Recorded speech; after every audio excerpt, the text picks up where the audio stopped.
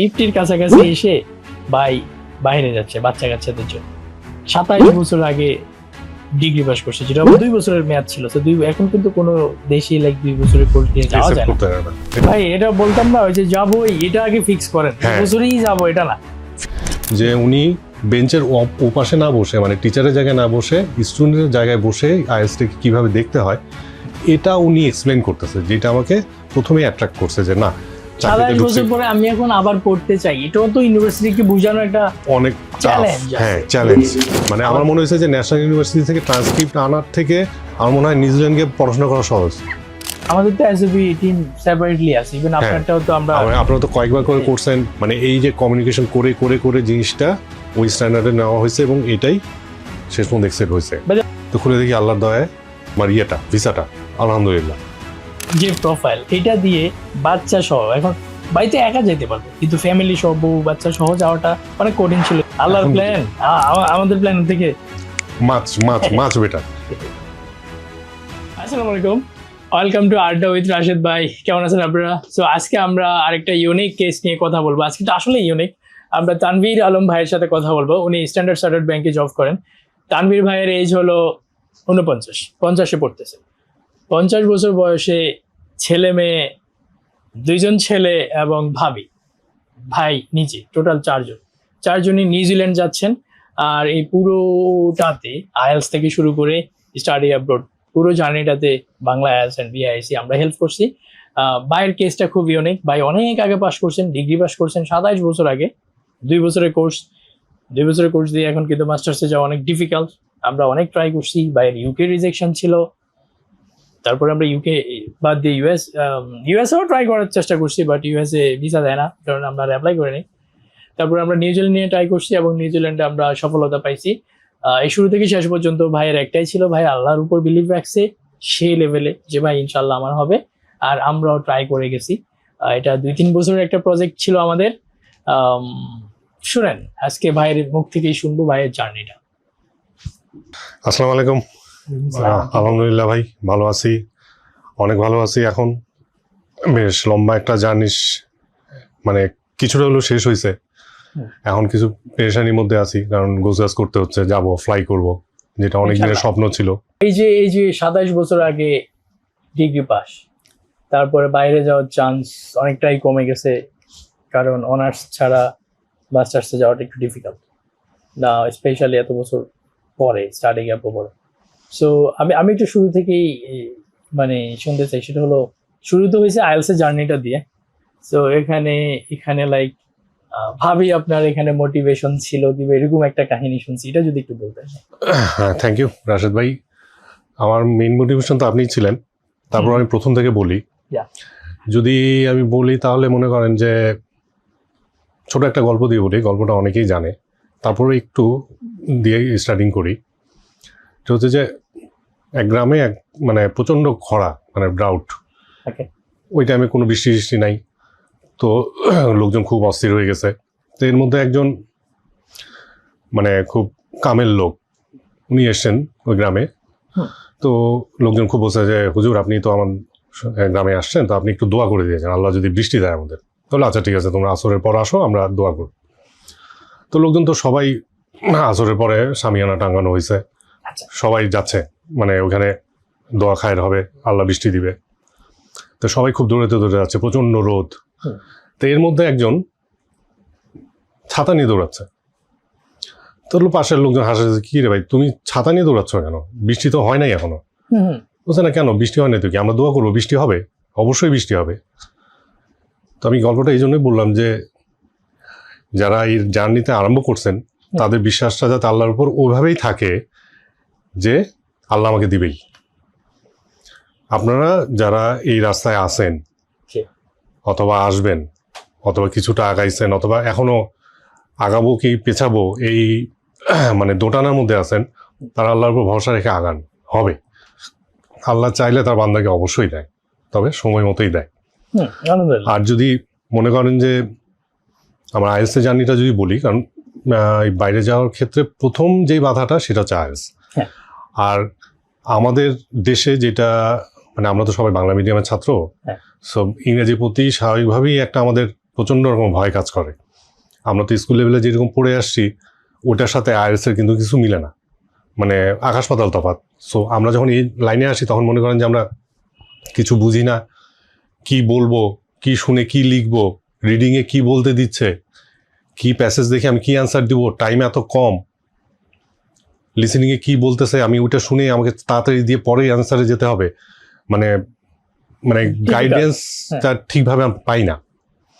তো এখন তো ইন্টারনেটের যুগ, স্বাভাবিকভাবেই ইন্টারনেটের যুগে একটা সুবিধার সাথে অসুবিধা হচ্ছে যে মানে এত এত ডেটা, মানে এত ভিডিও, আপনি সার্চ দিবেন হারায় যাবেন, মানে আপনি কোনটা ছেড়ে কোনটা ধরবেন, এইটাই দেখবো না ওইটা দেখবো, খুঁজে পাবেন না। যেমন আমি লিজের ভিডিও দেখছি, আমি সাইমনের ভিডিও দেখছি, আমি জেয়ের ভিডিও দেখছি, কিন্তু কিভাবে আরম্ভ করব, কোন দিকে যাব, কোনটা ধরবো, এই চিন্তা করতে করতে আমার দিনের পর দিন পার হয়ে গেছে। আর আমি আমার একটা জবে, যে মনে করেন সেই সকাল 9টায় বের হই, আমার আসতে আসতে 9টা, 9:30, 10টা বাজে। ব্যাংক জব আরো tough। উপরের পজিশনে আছে। আর যেই টাইমটাতে আমি জব করি ওই টাইমটাতে মানে অন্য কিছু চিন্তা করার উপায় থাকে না, এতটা মেন্টাল প্রেশার নিতে হয় আমাদের। তো স্বাভাবিকভাবেই যখন বাসায় আসি এক্সস্টেড থাকি, তারপর বাচ্চা কাচ্চা তো আছেই, এদের সাথে ওদেরকে সময় দিতে হয়, ওরাও বিরক্ত করে, মানে পড়বো কখন, এটা তো একটা ব্যাপার, পড়বো কখন, আর দ্বিতীয় হচ্ছে যে আমি গাইডলাইন পাই না, আমি ডানে যাবো, বামে যাবো না সোজা যাবো, খুঁজে পাচ্ছি না, কনফিউজড। তো এর মধ্যে আমার ওয়াইফও, মানে সে তো ফুল টাইমই আমার সাথে ছিল, সে আমাকে যে পরিমাণ সাপোর্ট করছে আল্লাহর দয়ায়, আমি মনে হয় ওই জন্যই কিছুটা করতে পারছি। আলহামদুলিল্লাহ ভাই, আপনি লাকি। ভাবি সেই সাপোর্ট, অবশ্যই সে আমাকে পুরাটা রাস্তা সে আমাকে হেল্প করছে। তো ওই আমাকে একদিন বলতেছিল, যখন অনেক ভিডিও দিয়ে দেখতেছি, সেও দেখে, সেও আইএলটিএস দিবে, সেও বলতেছে তাহলে আমিও দেই, আমার সাথে সাথে সেও করবে। তো এর মধ্যে একদিন সে বললো যে বাংলা আইএলটিএসটা একটু দেখো তো, এটা কেমন। তা আমি বলি এটা আবার কি এটা আবার কি বাংলা আইএলটিএস, এটা আবার কি জিনিস, আইএলটিএস তো এমনি তো হয় ইংরেজিতে, তো বাংলা আইএলটিএস এই নামটাই তো আমার কেমন লাগে, আল্লাহ দূর বাদ দাও না। তারপর সে আমাকে বললো না তুমি একটু দেখো, হয়তো তোমাকে ভালো লাগতেও পারে। আচ্ছা ঠিক আছে। তো প্রথমেই আমি যে ভিডিওটা দেখলাম 1 ঘন্টার ভিডিও, মোর দ্যান 1 ঘন্টা, অনেক লম্বা।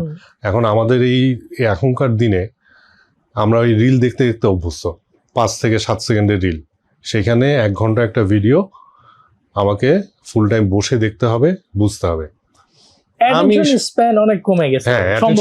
এখনকার দিনে মানে এই যে মানে মোবাইলের যুগ আসার পরে আমাদের অ্যাটেনশন স্প্যান এতটা কমছে, মানে এখনকার দিনে অ্যাটেনশন পাওয়াটা, এটা অ্যাটেনশন গ্রো করাটা টু টাফ।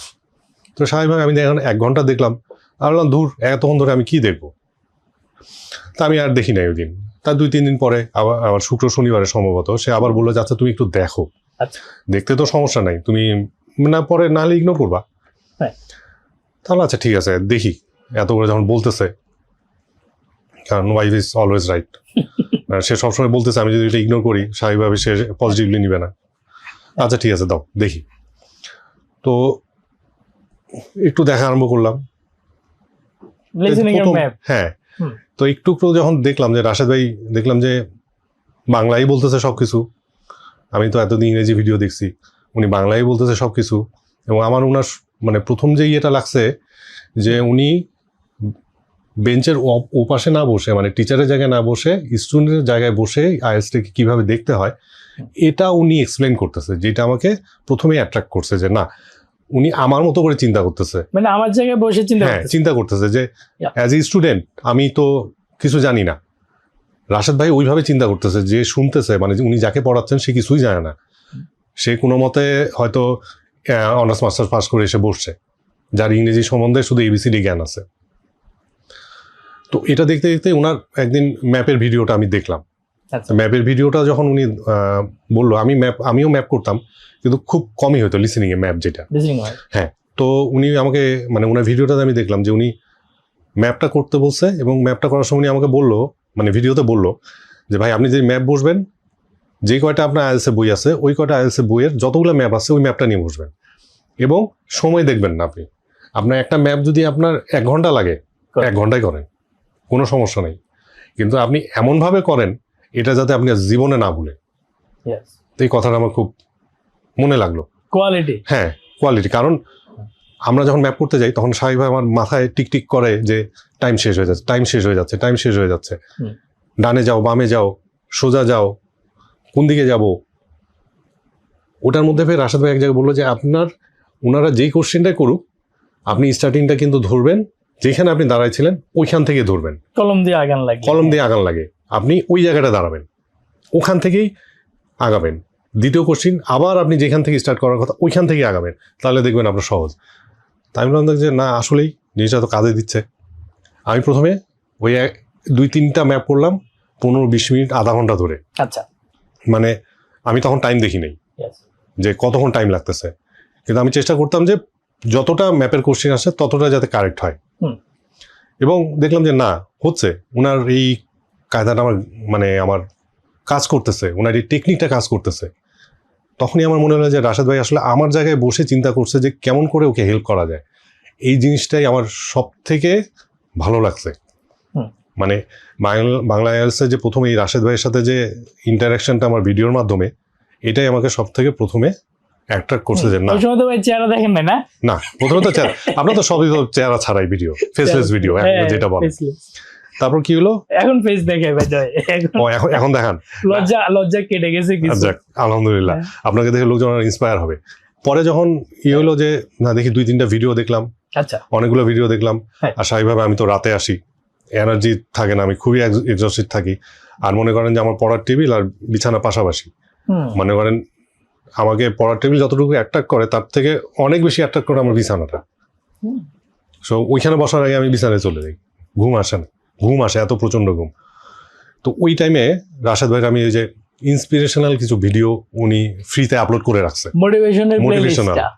মোটিভেশনাল যে ভিডিওগুলা, তো ওগুলা যদি কেউ দেখে থাকে, মানে আমি যখন দেখতাম তখন মনে হইতো যে ওই গায়ে যেমন মানুষে আগুন লাগায় দেয়, ওনার কথাগুলো আমার গায়ে আগুন লাগতো ভাই। ওগুলা সেই একবারে হার্ট থেকে আসতো, অনেস্টলি। মানে আমি কানেক্ট করতাম। হ্যাঁ, ওই যে এই কানেক্টটা, এই কানেকশনটাই আমাকে অ্যাট্রাক্ট করছে যে রাশেদ ভাই আমার জায়গায় বসে চিন্তা করতেছে।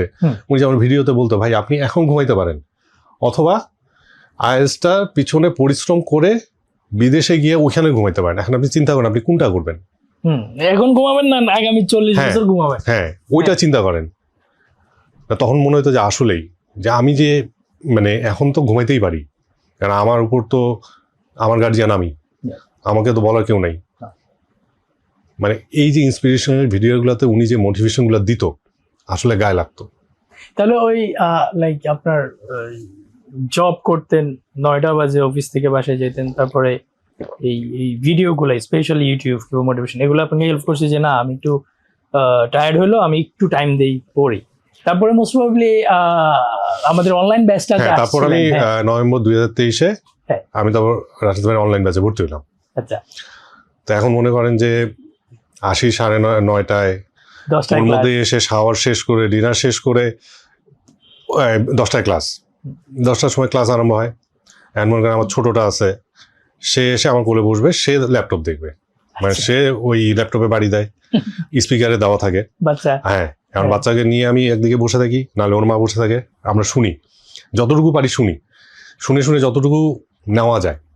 মানে কোর্সটা 100% আসলে শেষ করতে পারেন নাই লাইভে শেষ, বাচ্চা ডিস্টার্ব করতে। হ্যাঁ, বাচ্চা ডিস্টার্ব করতে, কারণ ওদের ওই টাইমটা ঘুমের টাইম। বলে ওদেরকে, আমার পড়ার টেবিলটা আমার বেডরুমের মধ্যেই, সো ওরা ছোটরা তো ঘুমাবেই না, বাবা ঘুমায় না, আমিও ঘুমাবো না, আমিও দেখবো, সেও দেখবে, কিছু না বুঝে সেও দেখবে। কারণ ওকে নিয়েই এই ভিডিওগুলো দেখতাম, যতটুকু পারি মাথায় ঢুকতো। পরে তো রেকর্ডেড ভিডিও তো পাওয়াই যেত, কিন্তু পরে কিন্তু আর সময় পেতাম না আমি যে ওই রেকর্ডেড ভিডিওগুলো দেখবো।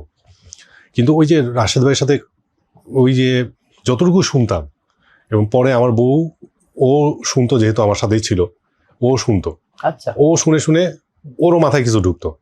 পরে আমরা দুইজনে মিলেই মানে ডিসকাস করেই কোনো কিছু সমস্যা হলে কিভাবে কিছু সলভ করতে হয়, সলভ করতে লাইক ভাবিও আপনাকে হেল্প করতো। হ্যাঁ, সেও হেল্প করতো, সেও বলতো যে তুমি এইভাবে দেখো, রাশেদ ভাই তো এইভাবে বলছিল। তখন যদি নাই বুঝতাম তখন আবার রেকর্ডেড ভিডিওটা বাই করতাম, যে আসলে ওই টাইমটা কি বলছে, ওটা একটু টেনে দেখতাম। মানে এইভাবে জার্নিটা আরম্ভ, এবং এইভাবে করতেই মনে করেন যে মানে আজ দিব করতে আর সময় বের করতে আমার প্রায়, আমি 2024-2025-এর জানুয়ারির 4 তারিখে আমি আজ দিই, প্রায় 1 বছর পর। মানে যে দিচ্ছি দিব সময় হয় না, এই করতে করতে আসছে। মানে জবের তো জবের তো কোনো কিছু, হ্যাঁ। তারপর মনে করেন যখন ওই যে ভিডিও পরীক্ষা দিতে যাবো, আমি আমার মনে আছে যে আমি ওই টাইমটা আমার বউ বাচ্চা আমার দেশের বাড়িতে গেছে, ওর নানা বাড়িতে।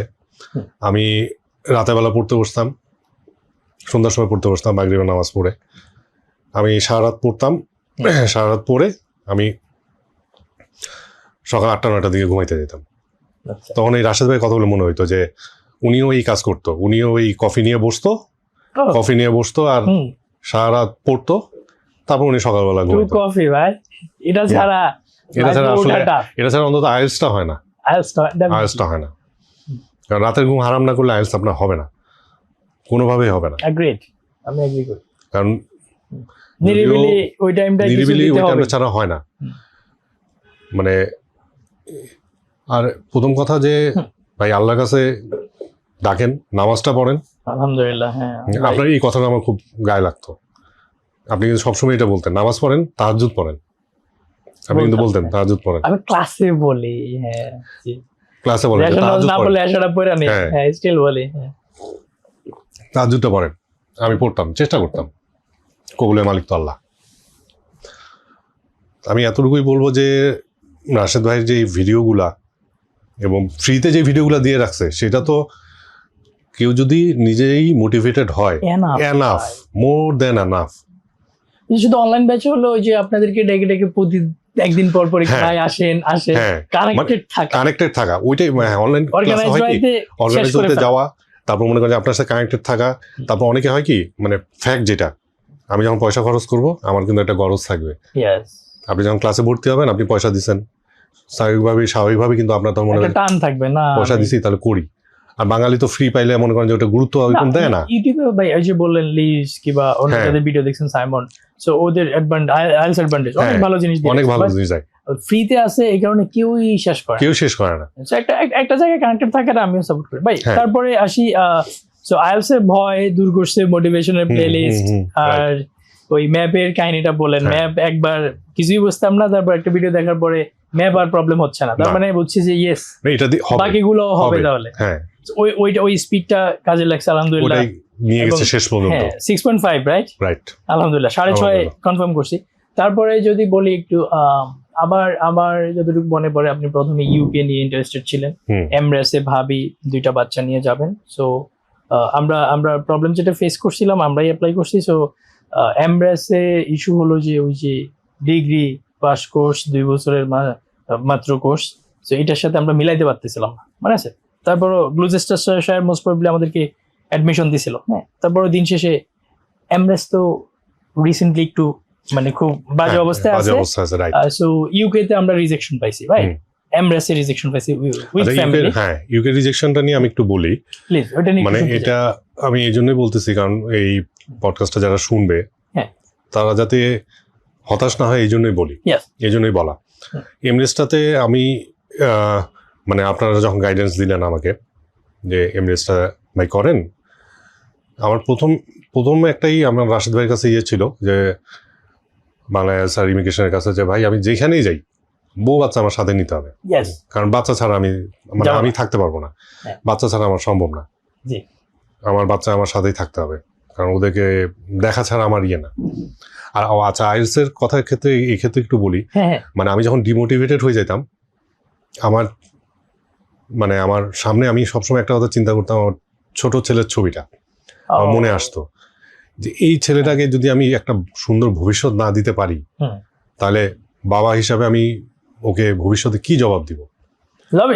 মানে এটা অন্য লেভেলে ফিল না, অন্য লেভেলে বাবা হওয়ার পরে যে ওদেরকে আমি কি দিয়ে যাচ্ছি। হ্যাঁ, ওদেরকে আমি কি দিয়ে যাচ্ছি। আমি হয়তো এখন থাকা খাওয়া পড়া দিচ্ছি, বাট ইন ফিউচারে ওদেরকে আমি কি দিয়ে যাব। টাকা পয়সা দিতে পারবো না, কারণ ওই ধরনের আমার আর্থিক সঙ্গতি নাই। তাহলে ওকে আমি কি দিব? একটা সুন্দর ভবিষ্যৎ যদি দিতে পারি, যেটা মানে আমি এদেশের কখনোই বিরোধিতা করি না, আমার মাতৃভূমি এটা, কিন্তু এই দেশে মানে শিক্ষা ব্যবস্থা নিয়ে আমি ফ্রাস্ট্রেটেড। যারা এই লাইনে আছেন অথবা যারা এখনো পড়াশোনা করছেন, তারা নিজেরাও জানেন যে এই লেভেলে পড়াশোনা দিয়ে ইন্টারন্যাশনাল মার্কেটে কম্পিট করা যায় না, কোনোভাবেই যায় না। আমি তো একটা মাল্টিন্যাশনালে জব করি, আমি তো দেখতেছি যে মানে আমরা যেই ধরনের কেমিস্ট্রি পড়ি, ফিজিক্স পড়ি, এটা আমার মানে প্র্যাকটিক্যাল লাইফে কাজে লাগে না। মানে আমাদের ভাই এডুকেশন সিস্টেমটাই তো ওই যে ব্রিটিশরা এমন ভাবে ব্রিটিশরা ডিজাইন করে করছে গেছে, ওইটাই যাতে আমরা চলতেছে। কেরানি চাকরিটা করি, হ্যাঁ, ওরা আমাদেরকে কন্ট্রোল করবে। এবং এই এটা যে চেঞ্জ হয় নাই তো, চেঞ্জ হয় না, এবং Change হয় নাই। মানে প্রতিবার এই পড়াশোনার প্রাইমারি এডুকেশনগুলো নিয়ে যে পরিমাণ এক্সপেরিমেন্ট চলে, বাচ্চাদের লাইফটা শেষ করে নতুন দিচ্ছে। সরকার আসে, এটা চেঞ্জ করে, ওটা চেঞ্জ ওটা করে, change করে। এক্সপেরিমেন্ট করতে আসছে। এক্সপেরিমেন্ট করে, কিন্তু আমাদের Still বাচ্চার লাইফ তো fixed চলে করে। যাচ্ছে, ওদের টাইম তো চলে যাচ্ছে, ওরা কি করবে? আমি ভাই আপনার সাথে একটু অ্যাড করবো এখানে, যেমন আপনি like আমার বাচ্চারা আমি কোন স্কুলে পড়াবো, এটা কিন্তু আমার একটা রিজন, আমি বাইরে নিউজিল্যান্ডে যাচ্ছি কেন। হ্যাঁ, সো সেম না আমিও ফিল করি ভাই, আমি আমার বাচ্চারা এই দেশে পড়াবো না যদি না শিক্ষা ব্যবস্থায় কোনো চেঞ্জ না করতে পারি কিংবা না আসে। রাইট। সো এটা কিন্তু আমার একটা মোটিভেশন। হ্যাঁ, এটা কিন্তু ভাই এরকম না যে আমি দেশের শিক্ষা ব্যবস্থা বিরোধিতা করতেছি অথবা আমি দেশের বিরুদ্ধে, এটা কিন্তু না, এটা কখনোই না। এটা যাতে কেউ মিস ইন্টারপ্রেট না করে, সিস্টেমের বিরুদ্ধে বলতেছি, সিস্টেমের বিরুদ্ধে বলতেছি। সবাই কিন্তু কানেক্ট এগ্রি করতে করবে, পারে, সবাই কানেক্ট করতে পারার কথা। পারে। তো আমি যখন ওই এমরেসের কথায় আসি, হ্যাঁ, স্বাভাবিকভাবেই তখন বললো যে যেহেতু এমরেসে গেলে বউ বাচ্চা সহ যাওয়া যায়, তো বললো যে আপনারা অ্যাপ্লাই করেন, হয়ে যাবে। তো অ্যাপ্লাই করলাম, দেখলাম যে ইউনিভার্সিটি অফ গ্লস্টারশায়ার থেকে অফার লেটার আসলো, মানে ইন্টারভিউ হবে, যেটা এআই ইন্টারভিউ বলে। ওরা একটা কোশ্চেন আসে, ওইটা দেখে দেখে ইন্টারভিউ করতে হয় ক্যামেরার সামনে বসে বসে। তো আমি ইন্টারভিউ দিলাম, আমার হিসাবে মোটামুটি ভালোই হইলো। মানে ও অবস্থাটা এমন হয়েছিল যে আমি ওখানে কোন জায়গায় থাকবো, মানে কোত্থেকে বাসা ভাড়া নিব, আশেপাশে স্কুল আছে কিনা, পার্ক আছে কিনা, আমি ওই পর্যন্তও গেছিলাম যে আমি অত দূর পর্যন্ত সবকিছু দেখে রাখছি যে কোথায় কি করব, কিভাবে গুছিয়ে যাব, সবকিছু ঠিক করা, ওয়াইফের সাথে সবকিছু ডিসকাস করছি স্টেপ বাই স্টেপ। মানে অল অফ এ সাডেন সকালবেলা মেইল আসলো যে ইউনিভার্সিটি আমাকে রিজেক্ট করছে। মানে এটা কত বড় যে শকিং, এটা অনেক বড় ধাক্কা ভাই। অনেক বড় ধাক্কা। আমি এটা কানেক্ট করতে পারতেছি খুব ইয়েতে, but at the same time এই আপনি কিন্তু তখন বলছিলেন অনেক রিজেক্ট হইতেছে। হ্যাঁ, এবং ওইটা আমি কিন্তু আপনি বলছিলেন, আমি আপনাদের বলছিলাম যে ভাই, হ্যাঁ ভাই অসুবিধা নাই, এটা অসুবিধা নাই, অন্য জায়গায় ট্রাই করবো ইনশাআল্লাহ। তো আমি আবার খুব একটু হইলাম যে রাশেদ ভাই এভাবে বললো, কোনো ব্যাপারই না। কিন্তু এখন মনে হয় যে না, আসলে রাশেদ ভাই আমাকে ইন্সপায়ার করার জন্যই বলছিল যে ভাই মন খারাপ করেন না, ভালো কিছু আসবে ইনশাআল্লাহ। আজকের দিনে রিপ্লাইটা দেই ভাই, এখন নিউজিল্যান্ডের ভিসা হয়েছে, আপনার এমরেসের সময় কিন্তু আপনার মন খারাপ ছিল, তাহলে আমি কিন্তু ভাই ট্রাই করি, নিউজিল্যান্ড আছে, ইভেন কানাডাও ট্রাই করতে পারি। সো ওই এই জিনিসগুলো যে আপনি বিলিভ করে পরে যে আগাইলেন যে রাশেদ ভাই তাহলে ঠিক আছে। এবং এই ক্ষেত্রে আমি আরেকটা জিনিস বলি, যে একটু আগে আমি বলছিলাম যে ট্রাস্ট ইন আল্লাহ, মানে আপনার ট্রাস্টটা হবে ওই লেভেলে যে আপনি ছাতি নিয়ে দৌড়াচ্ছেন। এবং এটা কিন্তু আমি এখন ফিল করি, কারণ মনে করেন আমার যখন এমরেসে হইতো, এমরেসে হইলে তো ডেফিনেটলি আমি চলে যেতাম ইউকে। এমরেসে হইলে কিন্তু কিছু অসুবিধা ছিল, এক, বাচ্চারা স্কুল পাইতো না, ওই স্কুল কিন্তু ফুল ফ্রি না। ভাই আলহামদুলিল্লাহ মাচ বেটার, এমরেস থেকে নিউজিল্যান্ডটা মাচ বেটার, অনেক ভালো, অনেক ভালো। বাট আমার কিন্তু খুব মন খারাপ হয়েছিল, আল্লাহর কাছে বলছিলাম যে আল্লাহ তুমি এটা কেন করলা। আল্লাহর প্ল্যান আমাদের প্ল্যান থেকে মাচ মাচ মাচ বেটার, মানে he is the best planner, এই জন্যই বলে। এবং ওই জন্যই কিন্তু তখন কিন্তু হয় নাই। এবং ওইখানে মানে স্বাভাবিকভাবে পড়তে যখন কেউ যায় বাইরে, একটা প্ল্যান থাকেই ওখানকার পিয়ার নেওয়ার। ইউকেতে কিন্তু পিয়ার হয় না, সহজে হয় না। একটা মিরাকল যদি হয়, এখন তো আরো কঠিন করছে, 10-12 বছর থেকেও কিছু হয় না। ওই তুলনায় নিউজিল্যান্ডে কিন্তু কম্পারেটিভলি ইজি, অনেক ইজি। সো ট্রাস্ট ইন আল্লাহ। আলহামদুলিল্লাহ ভাই। তারপরে যেটা বললাম, ইউকে রিজেকশনের পরে একটু মন খারাপ ছিল, তারপর আমরা নিউজিল্যান্ড নিয়ে ট্রাই করছি এবং বিআইসি থেকে আমরা পুরো কাজটা করছি। বিআইসি তে সাদাব ভাই ছিল, উনি কিন্তু আমাকে, মানে আমি তো সাদাবের সাথে দেখা করতে গেছি, একটা ক্রেডিট ডিজার্ভ করে অবশ্যই, ডেফিনেটলি খুব অ্যাক্টিভলি সাদাব ভাইয়ের সাথে অ্যাক্টিভলি কাজ করছে এবং উনি আমাকে খুব ভরসা দিত। আমি ওনার কাছে গেছি, ভাই আমার এটা কি হইলো বলেন তো, আমার এমনেসটা হইলো না, ইন্টারভিউ দিলাম, বাড়ি কোথায় নিব, বাচ্চার স্কুল কোথায় হবে, সবকিছু দেখলাম, কিচ্ছু হইলো না। তো উনি ইউকের বস, সাদাব ইউকের বস, তারপরে ওই বলতেছিল যে ভাই এমরেসটা একটু ঝামেলা ইদানিং করতেছে, বাংলাদেশ থেকে একটু কম নিচ্ছে। সো ওই কারণে আমি মোটামুটি শিওর ছিলাম যে ধর ভাই এমরেস যদি না হয় আল্লাহ ভরসা, আপনি তো যাবেন, এটা তো আমি বুঝে গেছি যে আপনি ছাড়বেনই। সো ওই ইয়েতে আমি বলছি ভাই লেগে থাকেন।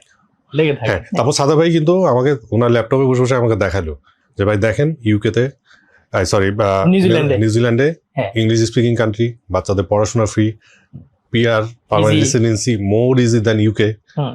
আপনি এখানে ট্রাই করেন। তার সাথে আমার তো মন এমনিতেই খারাপ, না দূর ভাই এটা হলো না এটা হবে। তো বলো ভাই অসুবিধা নাই, আমরা আসি, আমরা ট্রাই করি। তা আল্লাহর নাম ওই নিয়ে টাইমে আমি একটু এখানে অ্যাড করি, যেটা হলো ওই মোস্টলি ভাবি একটু মন খারাপ করছে যে ইউপি রিজেকশনের পরে। হ্যাঁ ওই টাইমে স্বাভাবিকভাবে আপনি একটা ভালো জব করেন যে আর যাওয়ার দরকার নাই, থেকে যাই দেশে।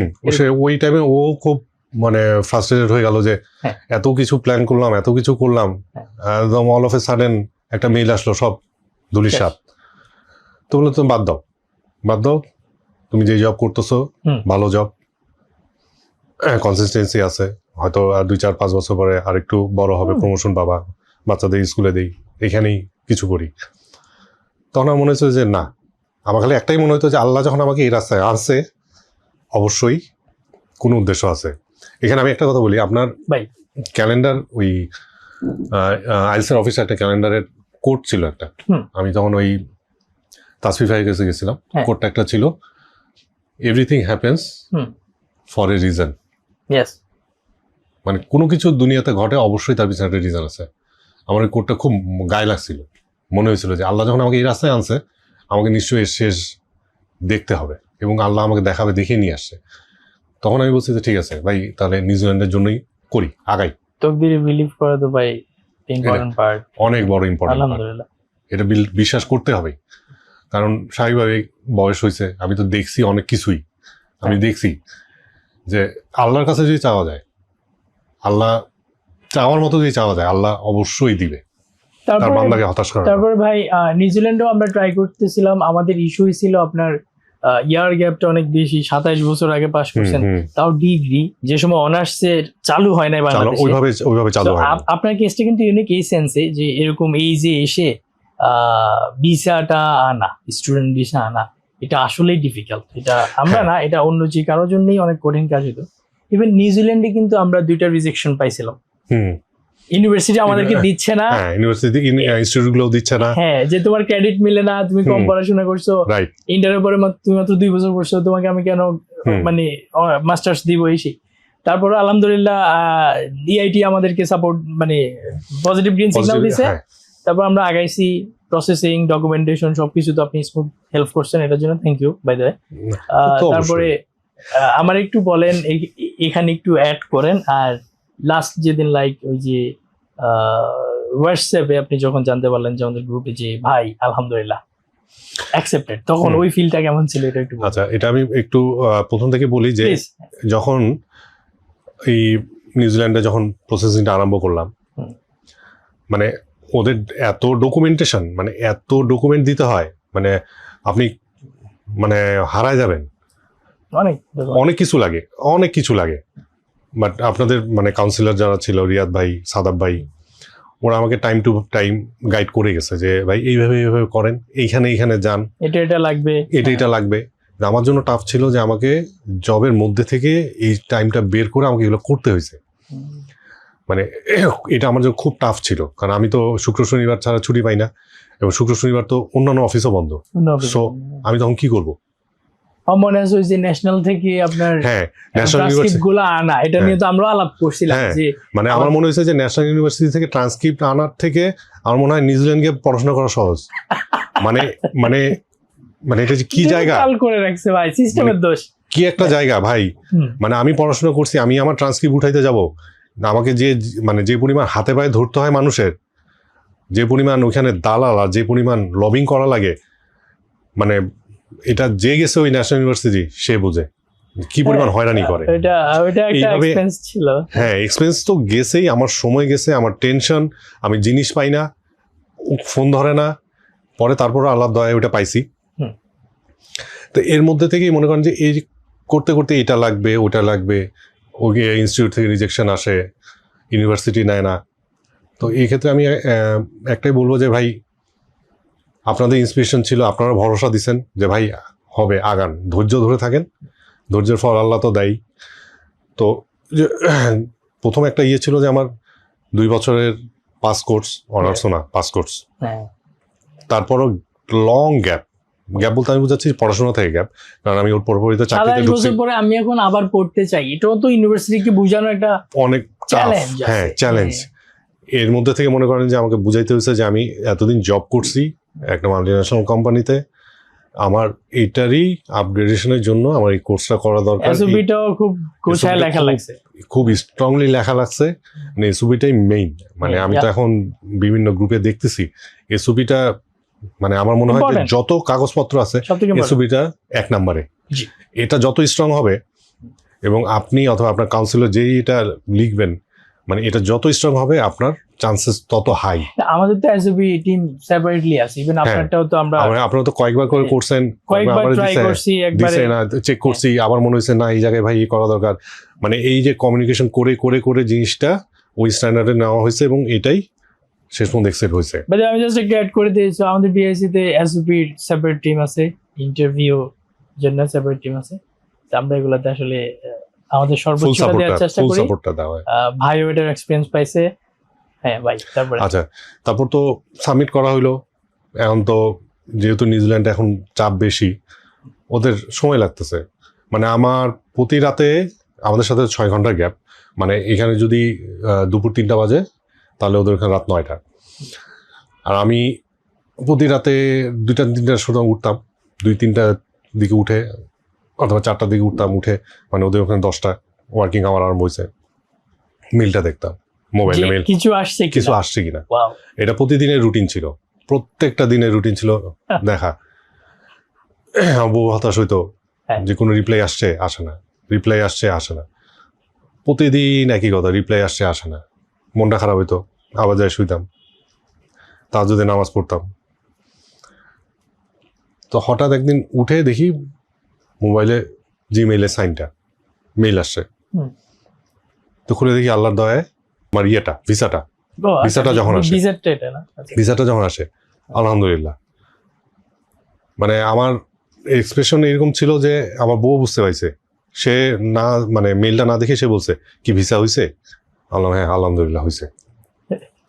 সাথে সাথে আল্লাহর কাছে শুকরিয়া নামাজ পড়ছি যে আল্লাহ তুমি এতদিনের মানে হ্যাঁ। এত লং, এত টেনশন, এত পরিশ্রম, হুম। যে আল্লাহ তুমি শেষ পর্যন্ত কবুল করছো, তোমার কাছে শুকরিয়া। ওটা তো পেলাম, ওটা পাওয়ার পরে আমারটা তো হইলো, বউ বাচ্চা তো হয়নি। ওদেরটা তখন সাদাব ভাইকে, রিয়াদ ভাইকে বললাম ভাই এদেরটা এখন কি করবো? তো বললো যে ভাই অসুবিধা নেই, আপনারা এই ডকুমেন্টগুলো দেন, এই জিনিসগুলো দেন, হুম। আমরা সাবমিট করি। ওখানে ওই ফ্যামিলির ডকুমেন্ট দিতে গিয়েও অনেক ডকুমেন্ট, নিউজিল্যান্ডে প্রচুর ডকুমেন্ট, অনেক হ্যাসেল আছে। অনেক হ্যাসেল আছে, অনেক ডকুমেন্টেশন লাগে। বাট সেক্ষেত্রে সব ওই রিয়াদ ভাইও আমাকে বেশ সাপোর্ট দিচ্ছে টাইম টু টাইম, হুম। যে ভাইটা এইটা এইভাবে এইভাবে জোগাড় করেন, ঠিকভাবে গাইড করছে যে ভাই এইখানে এইখানে যান, এইভাবে এইভাবে করেন, হবে, ট্রাই করেন, পাবে। আল্লাহ দয় পাইছি, বিভিন্ন জায়গায় যাইতে হয়েছে, অনেক অনেক এক্সপিরিয়েন্স হয়েছে।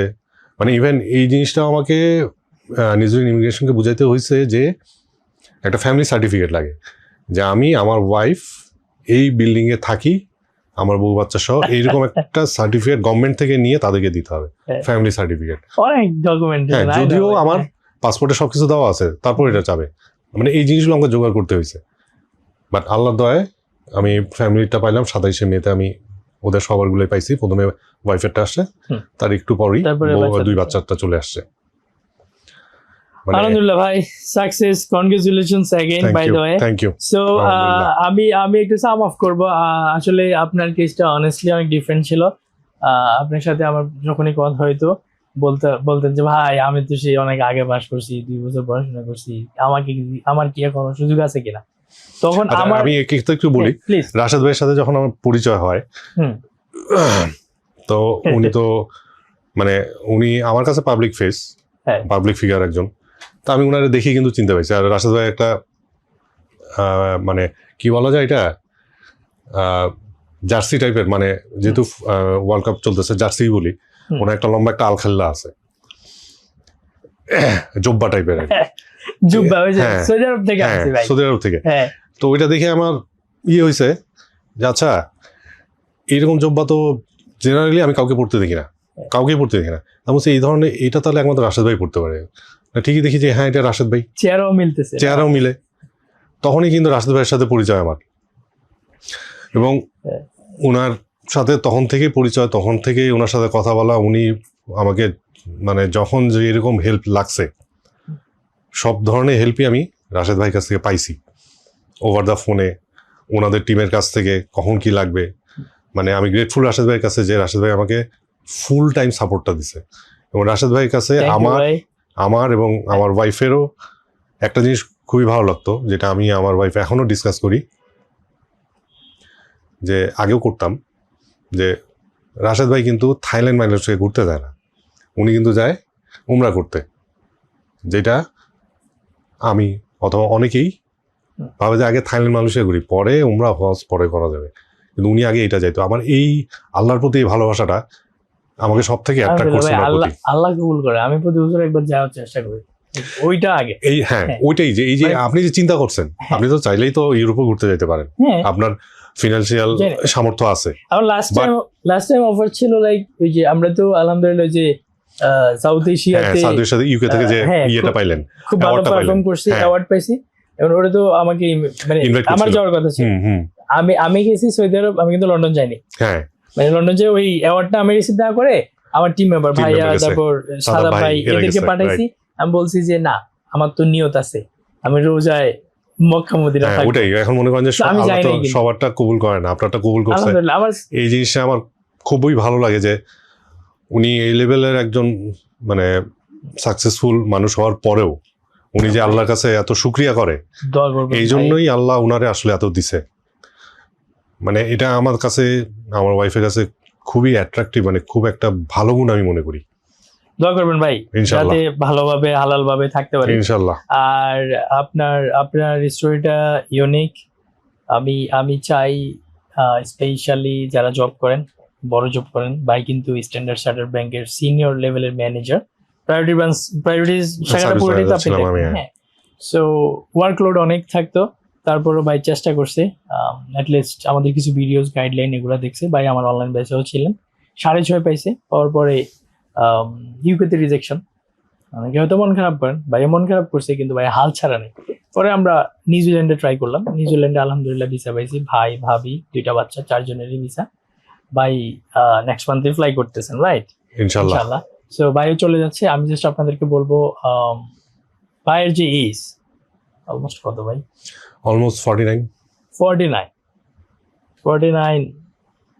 50-র কাছাকাছি এসে ভাই বাইরে যাচ্ছে বাচ্চা কাচ্চাদের জন্য। 27 বছর আগে ডিগ্রি পাস করছে, যেটা আবার 2 বছরের মেয়াদ ছিল। তো এখন কিন্তু কোনো দেশে লাইক 2 বছরের কোর্স দিয়ে যাওয়া যায় না, অনেক টাফ সিচুয়েশন ছিল। আমরা সর্বোচ্চ ট্রাই করছি, আমাদের টিম নলেজ যত কিছু আছে। ইভেন মনে আছে কিনা, আমি একবারে এক সিনিয়রকে নিয়ে আসছিলাম, মনির ভাই, ওরে নিয়ে আমরা মিটিং করছি। মনির বললো লাইক এসআই ইউকে এরকম একটা বিদেশি প্রতিষ্ঠানে খুব ভালো পজিশনে ছিল। এবং এই মনির ভাই কিন্তু টাইম পাওয়া যায় না, আপনি বলে দেওয়ার পরে উনি আমাকে হাফ অ্যান আওয়ার ধরে মোবাইলে উনি আমাকে গাইডেন্স দিছে। হ্যাঁ, আমি মনির ভাইকে নিয়ে বসছি, আমরা একটা বোর্ড মিটিং বসাইছি যে ভাইয়ের যে প্রোফাইল এটা দিয়ে বাচ্চা সহ, এখন বাড়িতে একা যেতে পারবে, কিন্তু ফ্যামিলি সহ বউ বাচ্চা সহ যাওয়াটা অনেক কঠিন ছিল, স্পেশালি ইউকে যখন স্পোজ অফ করে দিচ্ছে আর কি। আমরা ইউকেও ট্রাই করছি, এমরেসা ফাইনালি ট্রাই করা লাগছে। তারপরে ইউকে রিজেকশনের পরে নিউজিল্যান্ড ট্রাই করছি, নিউজিল্যান্ডের পরে আমাদের ব্যাকআপ প্ল্যান ছিল কানাডা। তো আমার টার্গেট ছিল বিআইসি থেকে, ভাই যেহেতু আইএলসে আমাদের সরাসরি স্টুডেন্ট ছিলেন, আমার টার্গেট ছিল যে বিআইসি থেকে ভাইকে আমি ভিসা ভরাই ছাড়বো আমাদের যত টাইমই লাগে। এবং ভাইকে আমি এটাই বলতাম যে আপনি ভাই লাগিয়ে থাকেন, আমার সাথে একটু থাকেন, সম্পর্কটা রাখেন, ইনশাল্লাহ হবে। আল্লাহর উপর ভরসা অবশ্যই অবশ্যই, এবং আল্লাহ এটার রিটার্ন কিন্তু খুব ভালোভাবে দিচ্ছে। তো আপনাদের কাছে আমার রিকোয়েস্ট থাকবে, যদি আপনি স্বপ্ন দেখেন বাইরে যাবেন বাচ্চা কাচ্চা নিয়ে, কিবা কেন যাবেন এটা আপনারা ভালো জানেন, আমি এটা এক্সপ্লেন করবো না, এটা আমি ভিডিওতে বলি। বাইরে কেন যাবেন এটা হাজারো আনসার রেগুলার আমরা দেখি চোখে মুখে। সো যদি আপনি সিরিয়াসলি আসলে চিন্তা করেন, লেগে থাকেন, এটার উপর কিছু নাই, আল্লাহর উপর বিশ্বাস রাখেন, আর যে কোনো সাপোর্টে আমরা আসি অলওয়েজ। তানভীর ভাই, আমার ছোট একটা রিকোয়েস্ট আছে, নিউজিল্যান্ড আমি ঘুরতে যাবো ইনশাল্লাহ। কখনো যদি যাই আপনি কল পাবেন, আমার বাসায় বাংলা খাবার খাওয়াবেন ইনশাল্লাহ, ঠিক আছে? ইনশাল্লাহ। হালাল ফুড খুঁজতে অনেক কষ্ট হয়, সো আপনার বাসায় যাইতে হবে খানার জন্য ইনশাল্লাহ, ঠিক আছে ভাই? ইনশাল্লাহ, লাভ ইউ ভাই, দেখা হবে ইনশাল্লাহ। আমি শেষে তারপরে একটু বলি প্লিজ। হ্যাঁ ভাই, কিছু বলবেন? হ্যাঁ অবশ্যই আমি একটা জিনিস বলি যে ভাই, আমি এই পডকাস্টে শুধুমাত্র এই কারণে আসছি আপনাদেরকে থ্যাংক ইউ জানানোর জন্য, কৃতজ্ঞতা জানানোর জন্য। আরেকটা হচ্ছে যে যারা এটা দেখছেন অথবা শুনছেন তাদেরকেও বলবো যে ভাই, হতাশ হবেন না। হ্যাঁ। হতাশ কখনোই হবেন না, কারণ আমার নেগেটিভ অনেক ছিল, আমার পজিটিভ যতটুকু তার থেকে নেগেটিভ পার্ট আমার বেশি ছিল। ইয়েস। কিন্তু বাট আমি আল্লাহর কাছে ওইভাবেই চাইছি, আল্লাহর উপর ওইভাবেই ভরসা করছি এবং চেষ্টা করছি। আমার আল্লাহর উপর ভরসা ছিল 100-এর উপর 200 ভাগ, আমার চেষ্টা হয়তো 1 ভাগ ছিল। সো ভাই, হতাশ হবেন না। আপনার এজ, আপনার পড়াশোনা, আপনার আয়েস হচ্ছে কি না, দিব কি না, পারবো কি না, ওটা চিন্তা করেন না। যদি আপনার ইচ্ছা থাকে আর আপনি যদি ডিটারমাইন্ড হন যে আমি এই রাস্তায় আসছি, আমি এর শেষটা দেখবো, আমি যাবই, হবে ইনশাআল্লাহ। অবশ্যই। আল্লাহ আমি যাবই ভাই, এটা বলতাম না ওই যে যাবই, এটা আগে ফিক্স করেন। হ্যাঁ। বছরই যাবো এটা না, ফিক্স করেন যাবই। এবং ট্রাস্ট ইন আল্লাহস প্ল্যান। আল্লাহ ইজ দ্য বেস্ট প্ল্যানার। খালি আল্লাহর উপর বিশ্বাস করে আগান, আল্লাহ রাস্তা দেখা দিবে। ভালোবাসা। সো আজকে এ পর্যন্তই, সবাই ভালো থাকবেন। তানভীর ভাইয়ের নিউজিল্যান্ডে যাওয়ার পরে ভাইয়ের স্টোরি আরেকবার শুনবো না আমরা। ইনশাআল্লাহ। ভাইয়ের সাথে লাইভে গিয়েছি আমরা, ইনশাআল্লাহ। আসলে নিউজিল্যান্ড যাওয়া উচিত কিনা। অবশ্যই। সো ওইটা লাইভ হবে। সবাই ভালো থাকবেন। আসসালামু আলাইকুম। আসসালামু আলাইকুম।